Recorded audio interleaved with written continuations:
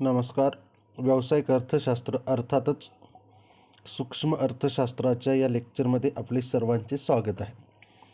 आज आपण बाजाराची संकल्पना आणि त्यानंतर पूर्ण स्पर्धा या बाजाराच्या संकल्पनेचा अर्थ आणि त्याची वैशिष्ट्ये याविषयी सविस्तर चर्चा करणार आहोत.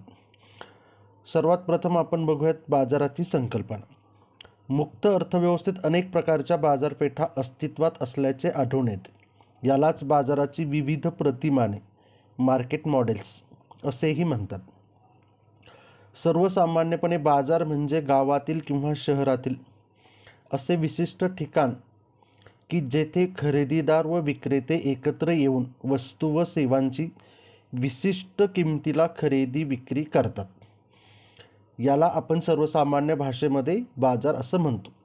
परंतु फ्रेंच अर्थशास्त्रज्ञ प्राध्यापक कुर्नो यांना बाजाराची ही व्याख्या मान्य नाही. त्यामुळे त्यांनी बाजाराची पुढील व्याख्या दिलेली आहे. बाजारपेठ ही वस्तू व सेवांच्या खरेदी विक्रीची विशिष्ट जागा नसून असा भूप्रदेश आहे की ज्यामध्ये ग्राहक व विक्रेते यांचा परस्परांशी इतका निकटचा संबंध व सुसंवाद असतो की विशिष्ट वस्तूची किंमत सहज आणि शीघ्रपणे सर्वत्र समान होण्याची प्रवृत्ती असते. म्हणजे परंपरागत व्याख्येनुसार विशिष्ट ठिकाणी जेव्हा वस्तूची खरेदी विक्री ग्राहक व विक्रेते करतात त्याला बाजार असं म्हटलं जातं. तर प्राध्यापक कुर्नो यांच्या मतानुसार वस्तूच्या आणि सेवांच्या खरेदी विक्रीसाठी ग्राहक व विक्रेते यांनी कुठेही विशिष्ट ठिकाणी एकत्र येण्याची आवश्यकता नाही. जसं आपण ऑनलाईन शॉपिंग करतो त्यासाठी ग्राहक आणि विक्रेते यांच्यामध्ये त्यांनी कुठेही एखाद्या विशिष्ट ठिकाणी एकत्र येण्याची आवश्यकता नाही. परंतु त्यांच्यामध्ये एक विशिष्ट प्रकारचा सुसंवाद, वस्तूच्या खरेदीबाबतचा सुसंवाद वेगवेगळ्या माध्यमातून त्या ठिकाणी घडून येतो आणि वस्तूंच्या खरेदी विक्रीची त्या ठिकाणी जी क्रिया आहे तर ती पूर्ण होत.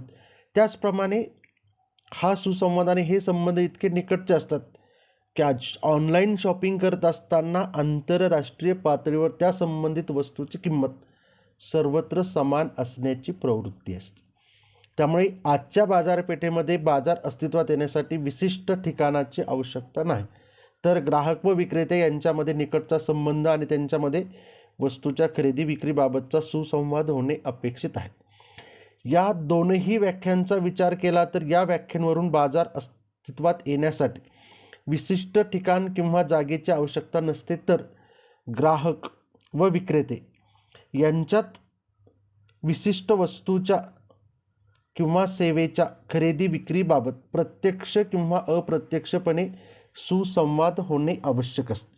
म्हणजेच बाजाराची संकल्पना विशिष्ट ठिकाणापुरती मर्यादित नसून त्याची व्याप्ती ही खूप व्यापक आणि विस्तारित आहे. बाजाराची ही व्याप्ती आंतरराष्ट्रीय किंवा जागतिक स्वरूपाची असते. त्यानंतर आपण या ठिकाणी बघूयात बाजाराचं वर्गीकरण किंवा बाजाराचे प्रकार. वेगवेगळ्या दृष्टिकोनातून बाजाराचे वेगवेगळ्या प्रकारात वर्गीकरण केले जाते. त्यातला पहिला प्रकार आहे बाजाराचे व्याप्तीनुसार किंवा भौगोलिक क्षेत्रानुसार वर्गीकरण किंवा प्रकार. बाजाराची व्याप्ती किती आहे म्हणजेच बाजाराचे क्षेत्र किती विस्तारित आहे यावरून बाजाराचे स्थानिक बाजार, प्रादेशिक बाजार किंवा राज्यस्तरीय बाजार, राष्ट्रीय बाजार, आंतरराष्ट्रीय किंवा जागतिक बाजार असे वेगवेगळे प्रकार अस्तित्वात येतात. त्यानंतरचा दुसरा प्रकार आहे कालावधीनुसार बाजाराचे वर्गीकरण किंवा प्रकार. डॉक्टर मार्शल यांनी कालावधी या घटकाच्या आधारावर बाजाराचे वर्गीकरण केलेले आहे. त्यानुसार अत्यल्प किंवा अतिअल्प कालावधीचा बाजार, अल्प कालावधीचा बाजार, मध्यम कालावधीचा बाजार, दीर्घ कालावधीचा बाजार आणि अतिदीर्घ कालावधीचा बाजार इत्यादी वेगवेगळे प्रकारे अस्तित्वात आहेत. कालावधीचा विचार करत असताना सर्वसामान्यपणे त्या वस्तूच्या टिकाऊपणानुसार हा कालावधी विचारात घेतला. अत्यल्प कालावधी की ज्या नाशवंत वस्तू त्या नाशवंत वस्तूंचा बाजार हा अत्यल्प कालावधीचा असतो. ज्या टिकाऊ वस्तू आहेत त्यांचा बाजार हा दीर्घ कालावधीचा किंवा अतिदीर्घ कालावधीचा देखील असतो. जसं भाजीपाला आहे, दूध आहे, अंडे आहेत, मांस आहे, हे नाशवंत आहे, त्यांचा बाजार हा अत्यल्प कालावधीचा किंवा अतिअल्प कालावधीचा असतो. घर असेल, बंगला असेल, याचा टिकाऊपणा हा अतिदीर्घ कालावधीपर्यंत आहे, त्यामुळे त्याचा बाजार हा अतिदीर्घ कालावधीचा बाजार आहे. त्यामुळे बाजाराचे हे असे कालावधीनुसार वेगवेगळे प्रकार केले जातात. त्यानंतर तिसरा प्रकार केला जातो स्पर्धेनुसार बाजाराचे वर्गीकरण, की विशिष्ट वस्तूचे उत्पादन आणि विक्री करणाऱ्यांची संख्या आणि त्यांच्यात असलेली स्पर्धा, म्हणजे बाजारात अस्तित्वात असणारे ग्राहक आणि विक्रेते, त्यांची संख्या आणि त्यांच्यात असलेली स्पर्धा या घटकावर बाजाराचे स्पर्धेनुसार वर्गीकरण केले जाते किंवा या घटकावर बाजाराचे वर्गीकरण या ठिकाणी आधारित आहे. या वर्गीकरणानुसार बाजाराचे पूर्ण स्पर्धा, मक्तेदारीयुक्त स्पर्धा, अल्पाधिकार, द्विविक्रेताधिकार, एक ग्राहकाधिकार इत्यादी वेगवेगळे प्रकार अस्तित्वात येतात. स्पर्धेनुसार बाजाराचे जे प्रकार अस्तित्वात आलेले आहेत त्याविषयी आपण या ठिकाणी सविस्तर चर्चा करणार आहोत. त्यातला पहिला प्रकार आहे पूर्ण स्पर्धा, परफेक्ट कॉम्पिटिशन. सामान्यपणे ज्या बाजारात संख्येने जास्त असलेल्या ग्राहक व विक्रेत्यांमध्ये वस्तूच्या खरेदी विक्रीबाबत निरोगी व पूर्णपणे खुली किंवा मुक्त स्पर्धा असते त्या बाजाराला पूर्ण स्पर्धेचा बाजार असे म्हणतात. वेगवेगळ्या अर्थशास्त्रज्ञांनी पूर्ण स्पर्धा बाजाराच्या वेगवेगळ्या व्याख्या देण्याचा प्रयत्न केलेला आहे. त्यापैकी काही प्रमुख व्याख्या आपण या ठिकाणी विचारात घेऊ. त्यातली पहिली व्याख्या आहे श्रीमती जॉन रॉबिन्सन यांची. ज्या बाजारात एकजिन्सी वस्तूची खरेदी विक्री करणारे असंख्य ग्राहक व विक्रेते असतात आणि ते कोणत्याही प्रकारच्या वस्तूच्या किमतीवर नियंत्रण ठेवू शकत नाही, अशा बाजाराला पूर्ण स्पर्धेचा बाजार असे म्हणतात. म्हणजे श्रीमती जॉन रॉबिन्सन यांच्या मतानुसार एकजिन्सी वस्तूची खरेदी विक्री करणाऱ्या ग्राहक व विक्रेत्यांची संख्या मोठ्या प्रमाणात असते किंवा असंख्य ग्राहक व विक्रेते असतात आणि त्यापैकी कोणत्याही ग्राहकाची किंवा विक्रेत्याची वस्तूच्या किमतीवर नियंत्रण ठेवण्याची क्षमता नसते किंवा ते नियंत्रण ठेवू शकत नाहीत, त्या बाजाराला पूर्ण स्पर्धेचा बाजार असं म्हटलं जातं. त्यानंतर दुसरी व्याख्या केलेली आहे प्राध्यापक नाईट यांनी, की ज्या बाजारपेठेत ग्राहक व विक्रेते बाजाराचे संपूर्ण ज्ञान असलेले असतात आणि उत्पादनाचे घटक पूर्णपणे गतिशील असतात त्या बाजाराला पूर्ण स्पर्धा असे म्हणतात. म्हणजे प्राध्यापक नाईट यांच्या मतानुसार पूर्ण स्पर्धेतील ग्राहक आणि विक्रेत्यांना बाजाराचं संपूर्ण ज्ञान असतं आणि जे उत्पादन क्रियेमध्ये समाविष्ट होणारे उत्पादन घटक आहेत ते पूर्णपणे गतिशील असतात, म्हणजे सहजपणे एका ठिकाणाहून दुसऱ्या ठिकाणी ते जाऊ शकतात, त्या बाजाराला त्यांनी पूर्ण स्पर्धा असं म्हटलं जातं. या व्याख्यांचा जर आपण विचार केला तर थोडक्यात असं म्हणता येईल की ज्या बाजारात बाजाराचे संपूर्ण ज्ञान असलेले असंख्य ग्राहक व विक्रेते एकजिन्सी वस्तूची खरेदी विक्री करतात आणि त्यांचे किमतीवर कोणतेही नियंत्रण नसून उत्पादन घटक पूर्णपणे गतिशील असतात त्या बाजाराला पूर्ण स्पर्धेचा बाजार असे म्हणतात. पूर्ण स्पर्धेच्या ज्या व्याख्या आहेत किंवा त्यावरून पूर्ण स्पर्धेची काही वैशिष्ट्ये स्पष्ट होतात किंवा पूर्ण स्पर्धेचा बाजार अस्तित्वात येण्यासाठी ज्या अटींची पूर्तता होणे आवश्यक असते त्या अटींना पूर्ण स्पर्धेची वैशिष्ट्ये असेही म्हणतात. त्या अटींविषयी किंवा पूर्ण स्पर्धेच्या वैशिष्ट्यांविषयी आपण या ठिकाणी चर्चा करणार आहोत. त्यातलं पहिलं वैशिष्ट्य आहे विक्रेत्यांची मोठी संख्या. त्यानंतर ग्राहकांची मोठी संख्या, ग्राहक व विक्रेते हे किंमत स्वीकारणारे असतात. त्यानंतर एकजिन्सी वस्तू. पाचवं वैशिष्ट्य आहे मुक्त प्रवेश आणि बहिर्गमन. सहावं वैशिष्ट्य आहे एकच किंमत किंवा समान किंमत. सातवं वैशिष्ट्य आहे समभाव. आठवं वैशिष्ट्य आहे बाजाराचे संपूर्ण ज्ञान. नववं वैशिष्ट्य आहे उत्पादन घटकांची गतिशीलता. त्यानंतर 10वं वैशिष्ट्य आहे वाहतूक खर्चाचा अभाव. 11वं वैशिष्ट्य आहे जाहिरात खर्चाचा अभाव आणि 12वं वैशिष्ट्य आहे पूर्ण लवचिक मागणी वक्र. पूर्ण स्पर्धेची ही जी वैशिष्ट्ये आहेत तर या वैशिष्ट्यांचं सविस्तर विश्लेषण आपण आता बघूयात. त्यातलं पहिलं वैशिष्ट्य आहे विक्रेत्यांची मोठी संख्या. पूर्ण स्पर्धेच्या बाजारात विशिष्ट वस्तूची विक्री करणारे विक्रेते हे मोठ्या प्रमाणात किंवा मोठ्या संख्येने अस्तित्वात असतात. त्यामुळे कोणताही एक विक्रेता उत्पादन आणि पुरवठा कमी किंवा जास्त करून वस्तूच्या किमतीवर नियंत्रण ठेवू शकत नाही.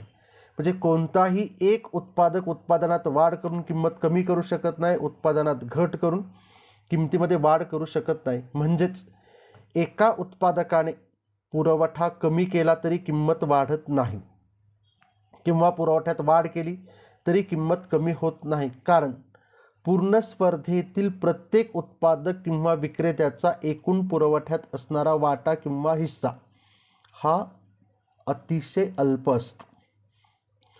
तो किती अल्प असतो त्याचा जर आपण विचार केला तर ज्याप्रमाणे समुद्रातून एक बादली पाणी काढले किंवा समुद्रामध्ये एक बादली पाणी ओतले तर समुद्राच्या एकूण पाणी पातळीमध्ये किंवा एकूण पाण्यात काहीही फरक पडत नाही. त्याचप्रमाणे पूर्ण स्पर्धेतील उत्पादकाच्या वैयक्तिक पुरवठ्यामध्ये किंवा एका उत्पादकाच्या पुरवठ्यामध्ये झालेल्या बदलाचा बाजारातील एकूण पुरवठ्यावर कोणताही परिणाम होत नाही, कारण पूर्ण स्पर्धेतील ग्राहक व विक्रेत्यांची संख्याच एवढी मोठी असते की त्याचा परिणाम त्या ठिकाणी एकूण पुरवठ्यात असणार त्याचं प्रमाण हे अतिशय कमी असते. त्यानंतर दुसरं वैशिष्ट्य आहे ग्राहकांची मोठी संख्या. पूर्ण स्पर्धेच्या बाजारात विशिष्ट वस्तूची खरेदी करणाऱ्या ग्राहकांची संख्या एवढी मोठी असते की कोणत्याही एका ग्राहकाला आपल्या वैयक्तिक मागणीत वाढ किंवा घट करून वस्तूच्या किमतीवर प्रभाव पाडता येत नाही, म्हणजे वस्तूच्या किमतीमध्ये त्याला बदल करता येत नाही, कारण बाजारातील एकूण मागणीच्या तुलनेत एका ग्राहकाची वैयक्तिक मागणी ही अतिशय अल्प असते. एका ग्राहकाची बाजारात असणारी मागणी किती अल्प असेल याला पुन्हा समुद्राचं उदाहरण लागू पडतं की एक समुद्रामध्ये एक बाटली पाणी ओतली किंवा एक बकेट पाणी काढलं तर समुद्राच्या पाणी पातळीमध्ये काही फरक पडत नाही. तशाच प्रकारचा परिणाम या ठिकाणी किंवा वस्तुस्थिती ही ग्राहकांच्या बाबतीत देखील या ठिकाणी दिसून येते. त्यानंतरचं तिसरं वैशिष्ट्य आहे ग्राहक व विक्रेते किंमत स्वीकारणारे असतात. पूर्ण स्पर्धेतील ग्राहक व विक्रेते बाजारातील वस्तूची मागणी आणि पुरवठा यांच्या समतोलातून निश्चित होणारी किंमत स्वीकारणारे असतात. ग्राहक व विक्रेत्यांचे एकूण मागणी आणि एकूण पुरवठ्यातील प्रमाण हे अतिशय अल्प असल्याने कोणताही ग्राहक किंवा विक्रेता कोणत्याही वस्तूची किंमत निश्चित करू शकत नाही. त्यामुळे पूर्ण स्पर्धेतील ग्राहक व विक्रेते हे किंमत करते नसून किंमत स्वीकारते किंवा किंमत स्वीकारणारे असतात. हे पूर्ण स्पर्धेचं एक महत्त्वाचं वैशिष्ट्य आहे. त्यानंतर चौथं वैशिष्ट्य आहे एकजिनसी वस्तू. पूर्ण स्पर्धेच्या बाजारातील उत्पादकांनी म्हणजेच सर्व उत्पादकांनी उत्पादित केलेल्या वस्तूचा रंग, त्याचं रूप, आकार, चव, दर्जा, वजन, त्याचं पॅकिंग, त्याची सुबकता, त्याचा टिकाऊपणा इत्यादी बाबतीत 100% एकसारख्याच असतात. त्यामुळे या वस्तू एकमेकांना पूर्णपणे पर्यायी असतात. म्हणजे एका उत्पादकाऐवजी दुसऱ्या उत्पादकाची वस्तू खरेदी केली तर त्यामध्ये कुठलाही फरक असत नाही. त्यामुळे पूर्ण स्पर्धेतील वस्तू 100% एकसारख्या असतात, म्हणजेच एकजिनसी असतात. हे पूर्ण स्पर्धेचं एक महत्त्वाचं वैशिष्ट्य. त्यानंतर पाचवं वैशिष्ट्य आहे पूर्ण स्पर्धेच्या बाजारात मुक्त प्रवेश आणि बहिर्गमन. पूर्ण स्पर्धेच्या बाजारात कोणत्याही नवीन व्यवसाय संस्थेला विशिष्ट वस्तूचे उत्पादन करून प्रवेश करण्याचे आणि अस्तित्वात असलेल्या कोणत्याही व्यवसाय संस्थेला उत्पादन बंद करून केव्हाही बाजारातून बाहेर पडण्याचे किंवा बहिर्गमन करण्याचे पूर्ण स्वातंत्र्य असते. जोपर्यंत व्यवसाय संस्थांना बाजारात अतिरिक्त किंवा असामान्य नफा प्राप्त होतो तोपर्यंत नवीन व्यवसाय संस्था बाजारात प्रवेश करतात. या उलट ज्या व्यवसाय संस्थांना निर्धारित किमतीला वस्तूची विक्री करणे तोट्याचे ठरते अशा कमी कार्यक्षम व्यवसाय संस्था उत्पादन बंद करून बाजारातून सहजपणे बहिर्गमन करू शकतात. म्हणजे व्यवसाय संस्थांना जर असामान्य नफा होत असेल तर नवीन व्यवसाय संस्था कधीही बाजारात येऊ शकतात. तोटा होत असेल तर कोणतीही व्यवसाय संस्था बाजारातून कधीही बाहेर पडू शकते. त्यानंतर सहावं वैशिष्ट्य आहे एकच किंमत किंवा समान किंमत. पूर्ण स्पर्धेच्या बाजारात मागणी आणि पुरवठा यांच्या समतोलातून जी किंमत निश्चित होते तीच किंमत संपूर्ण बाजारात अस्तित्वात असते. त्यामुळे पूर्ण स्पर्धेच्या बाजारात वस्तूची किंमत सर्वत्र समान किंवा एकच असण्याची प्रवृत्ती असते. त्यानंतर सातवं वैशिष्ट्य आहे समभाव. पूर्ण स्पर्धेच्या बाजारात वस्तूची खरेदी करणारा ग्राहक किंवा विक्री करणारा विक्रेता शुद्ध मनाने आलेला असतो. म्हणजेच कोणत्याही ग्राहकाच्या मनात कोणत्याही विक्रेत्याविषयी कोणताही पूर्वग्रह किंवा कोणताही दुजाभाव असत नाही. तसेच कोणत्याही विक्रेत्याच्या मनात देखील कोणत्याही ग्राहकाविषयी कोणताही पूर्वग्रह नसतो किंवा कोणताही दुजाभाव नसतो. म्हणजेच प्रत्येक ग्राहकाच्या दृष्टिकोनातून प्रत्येक विक्रेता आणि प्रत्येक विक्रेत्याच्या दृष्टिकोनातून प्रत्येक ग्राहक समान किंवा सारखाच असतो. म्हणजे प्रत्येक विक्रेत्याची ग्राहकाविषयी असणारी भावना ही सारखीच असते. प्रत्येक ग्राहकाची प्रत्येक विक्रेत्याविषयी असणारी भावना देखील सारखी. त्यामुळे त्याला त्या ठिकाणी समभाव म्हणजे समभावना असं म्हटलेलं आहे. उदाहरणार्थ, एखादा विक्रेता साठवलेल्या किंवा जुन्या वस्तूंची विक्री करतो, वजनमापात फसवणूक करतो, दुय्यम दर्जाच्या किंवा भेसळयुक्त उत्पादनाची विक्री करतो इत्यादी सारखे पूर्वग्रह ग्राहकाच्या मनात नसतात. त्याचप्रमाणे एखादा ग्राहक वस्तूची खरेदी करताना अनावश्यक वाद घालतो, सर्वसामान्य भाषेत आपण त्याला किचकिच करतो, कटकट करतो, निर्धारित किमतीपेक्षा कमी पैसे देतो इत्यादी सारखे पूर्वग्रह विक्रेत्याच्या मनात नसतात. त्यामुळे ग्राहकाने कोणत्याही विक्रेत्याकडून वस्तू खरेदी केली किंवा विक्रेत्याने कोणत्याही ग्राहकाला वस्तूची विक्री केली तरी काहीही फरक पडत नाही. त्यानंतरचं 8वं वैशिष्ट्य आहे बाजाराचे संपूर्ण ज्ञान. पूर्ण स्पर्धेतील ग्राहक व विक्रेते यांना बाजाराचं संपूर्ण ज्ञान असतं. उदाहरणार्थ, ग्राहकाला वस्तूची किंमत, वस्तूचा उपयोग, पर्यायी व पूरक वस्तूंची संख्या आणि त्यांची किंमत, बाजारातील वस्तूचा पुरवठा इत्यादी बाबत संपूर्ण ज्ञान असते. तर विक्रेत्याला बाजारातील वस्तूची मागणी, उत्पादन घटकांची उपलब्धता व मोबदला, पर्यायी व पूरक वस्तूंचा पुरवठा व त्यांची किंमत इत्यादी बाबत संपूर्ण ज्ञान असते. त्यामुळे कोणताही एखादा विक्रेता जास्त किंमत आकारू शकत नाही किंवा कोणताही ग्राहक जास्त किंमत त्या ठिकाणी देत नाही. म्हणजेच कोणत्याही ग्राहकाला त्या ठिकाणी कोणताही विक्रेता फसवू शकत नाही, कारण प्रत्येक ग्राहकाला बाजाराचं संपूर्ण ज्ञान असतं. प्रत्येक विक्रेत्याला देखील त्या ठिकाणी बाजाराचं संपूर्ण ज्ञान असतं. त्यामुळे वस्तूची किंमत देखील संपूर्ण बाजारपेठेमध्ये सर्वत्र समान असण्याची प्रवृत्ती असते. त्यानंतर 9वं वैशिष्ट्य आहे उत्पादन घटकाची गतिशीलता. पूर्ण स्पर्धेच्या बाजारात उत्पादनाचे सर्व घटक हे पूर्णपणे गतिशील असतात. म्हणजेच सध्या प्राप्त होणाऱ्या मोबदल्यापेक्षा जास्त मोबदला प्राप्त होत असेल तर उत्पादन घटक सहजपणे एका ठिकाणाहून दुसऱ्या ठिकाणी, एका व्यवसायातून दुसऱ्या व्यवसायात किंवा एका उद्योगातून दुसऱ्या उद्योगामध्ये जाऊ शकतात. ही जी एका ठिकाणाहून दुसऱ्या ठिकाणी किंवा एका व्यवसायातून दुसऱ्या व्यवसायात जाण्याची उत्पादन घटकांची क्षमता आहे त्यालाच उत्पादन घटकांची गतिशीलता म्हटलं जातं. आणि पूर्ण स्पर्धेमध्ये उत्पादन घटक सहजपणे एका ठिकाणाहून दुसऱ्या ठिकाणी किंवा एका उद्योगातून दुसऱ्या उद्योगात जाऊ शकतात. म्हणजेच उत्पादन घटक हे पूर्णपणे गतिशील असतात. उत्पादन घटक गतिशील असल्यामुळे व्यवसाय संस्थांना येणारा खर्च देखील सारखाच असतो. त्यानंतर 10वं वैशिष्ट्य आहे वाहतूक खर्चाचा अभाव. पूर्ण स्पर्धेच्या बाजारात व्यवसाय संस्था परस्परांच्या इतक्या जवळ असतात की त्यांना कोणत्याही प्रकारचा वाहतूक खर्च करावा लागत नाही.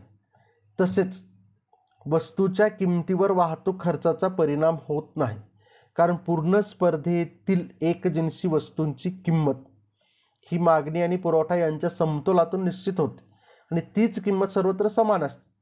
त्यामुळेच पूर्ण स्पर्धेत वाहतूक खर्चाचा अभाव असतो असं म्हटलं जातं. त्यानंतर 11वं वैशिष्ट्य आहे जाहिरात खर्चाचा अभाव. पूर्ण स्पर्धेतील कोणत्याही उत्पादकाला आपल्या उत्पादनाची किंवा वस्तूची जाहिरात करावी लागत नाही, कारण पूर्ण स्पर्धेतील सर्व उत्पादकांच्या वस्तू 100% सारख्याच असतात, म्हणजेच एकजिनसी असतात. त्यामुळे वस्तूच्या किंमत निश्चितीत जाहिरात खर्चाचा समावेश होत नाही किंवा केला जात नाही. त्यानंतर 12वं वैशिष्ट्य आहे पूर्ण लवचिक मागणी. पूर्ण स्पर्धेतील वस्तूची मागणी ही पूर्णपणे लवचिक असते. म्हणजेच एखाद्या उत्पादकाने किमतीत थोडा जरी बदल केला तरी मागणीवर अमर्याद परिणाम होतो, त्यामुळे पूर्ण स्पर्धेतील व्यवसाय संस्थेचा मागणी वक्र हा OX अक्षाला समांतर असतो. पूर्ण स्पर्धेतील मागणी वक्र कसा असतो हे आपण आकृतीच्या साहाय्याने बघू. या ठिकाणी OX अक्षावर मागणी दर्शवली, या ठिकाणी OY अक्षावर किंमत दर्शवली आणि P पासून तर D पर्यंत हा व्यवसाय संस्थेच्या वस्तूचा मागणी वक्र आणि हा मागणी वक्र हा OX अक्षाला समांतर आहे. म्हणजे वस्तूच्या किमतीमध्ये थोडा जरी बदल झाला किंवा वस्तूची किंमत स्थिर असताना देखील वस्तूच्या मागणीमध्ये मोठ्या प्रमाणात बदल होत असेल तर त्याला पूर्ण लवचिक मागणी असं म्हटलं जातं. म्हणजे वस्तूची किंमत O पासून तर P पर्यंत एवढी स्थिर असताना देखील मागणी O पासून म्हणजे ON पासून तर N2 पर्यंत कमी देखील होते किंवा N1 पर्यंत वाढते देखील.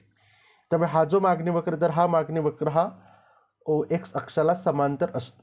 तर अशा प्रकारे ही प्रमुख वैशिष्ट्ये ज्या बाजारात आपल्याला निदर्शनास येतात त्या बाजाराला पूर्ण स्पर्धेचा बाजार असं म्हटलं जातं. व्हिडिओ शेवटपर्यंत बघितल्याबद्दल सर्वांना धन्यवाद. थँक्यू.